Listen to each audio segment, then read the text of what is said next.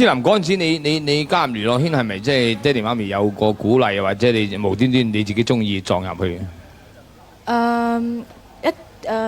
我諗係好即係偶然嘅機會啦，俾我入到電視嘅，唔係我爹哋媽咪影響。你先入電視嘅咩？係啊，我先入亞洲電視添啊，係咩？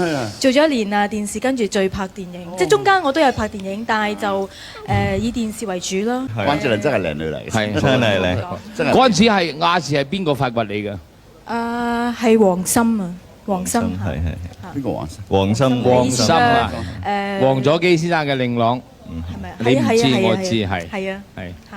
佢點樣發掘你？可唔可以講出嗰陣情況？係一個朋友即係請食飯咁樣，咁我都唔知佢做乜嘢嘅，因為佢監製嚟嘅，係亞洲電視嘅監製嚟嘅。咁佢同我講原來即係我知道，即係知道咗佢做嘢係做乜嘢啦。咁跟住佢就希望我可以簽亞洲電視。咁同時期亦都有人揾我拍戲咯。咁但係嗰時我就讀緊書㗎，即係讀緊 Form 5，咁我就未有決定。